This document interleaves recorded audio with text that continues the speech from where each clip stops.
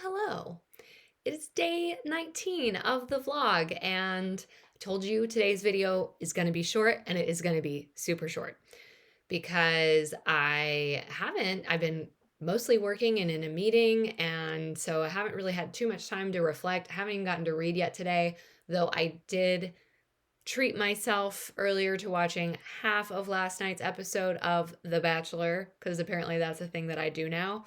And I mean, I've talked about this in some places a little bit here, but just like that idea of like non-productive time being something that I actually really need to encourage myself to do.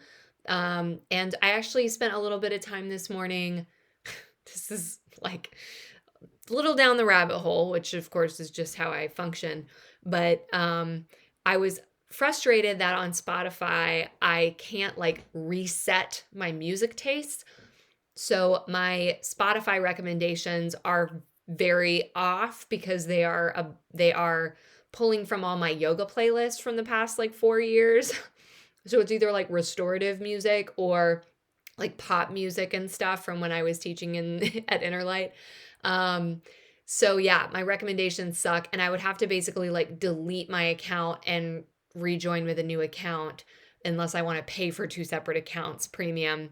So anyway, I actually have YouTube Music because I pay for YouTube Premium because I don't like the ads and I don't like to have my screen active while I'm watching a video. YouTube Premium, so worth it if you have 15 bucks a month, or I think it's 10 and maybe 15 for household.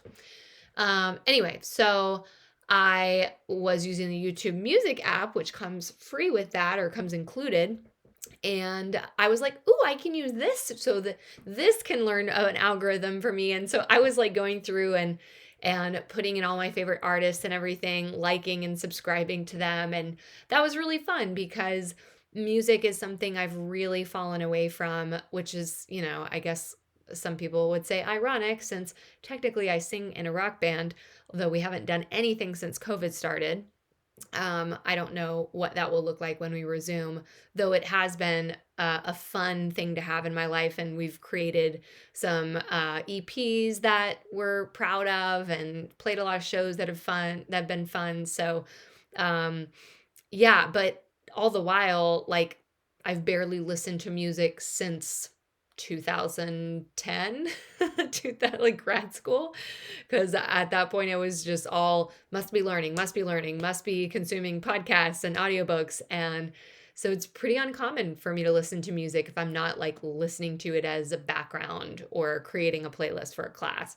So it was really kind of fun to go down that rabbit hole of um, liking all these artists and just it's like, oh my God, I'm so behind. Like even some of my artists that I used to love have come out with 3 albums since I really listened to them.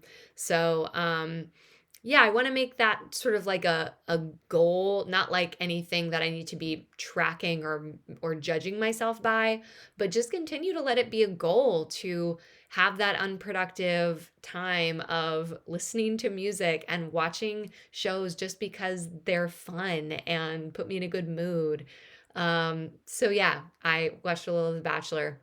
One thing that I did mention, this will be kind of the last thing that I talk about for today. Um, one technique that I didn't throw out yesterday when I was kind of listing off all the kind of common techniques was mindfulness. And mindfulness, of course, can mean a million different things. And as if you've been following along, you can probably gather.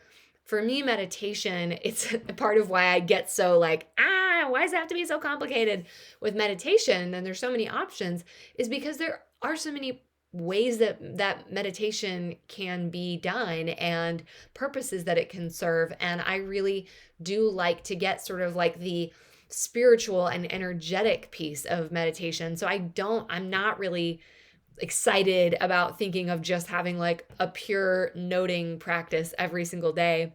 But I will say that that's a very valid technique and sort of intervention for behavioral intervention for working on some of this rewiring stuff would just be like a very basic mindfulness practice. And so you can find all kinds of noting practices, but basically it just, means noting what arises. Like, oh, you know, itch in my left thumb, thought about dinner, like not attaching to any of them, but just noting. And sometimes it helps to also have an anchor. So it's like, okay, noting that thing and then returning to the breath, or noting that thing and then returning to the sensation in my heart center, whatever. So that kind of mindfulness practice is obviously really good, and I've done some of it, but it's not something that I've committed to on a consistent basis, since there's other things that I like doing with meditation. So, anyway, just wanted to throw that out there. And I'm going to go relax since it's been a long day. And I will be back tomorrow with probably some more interesting stuff. Okay, bye.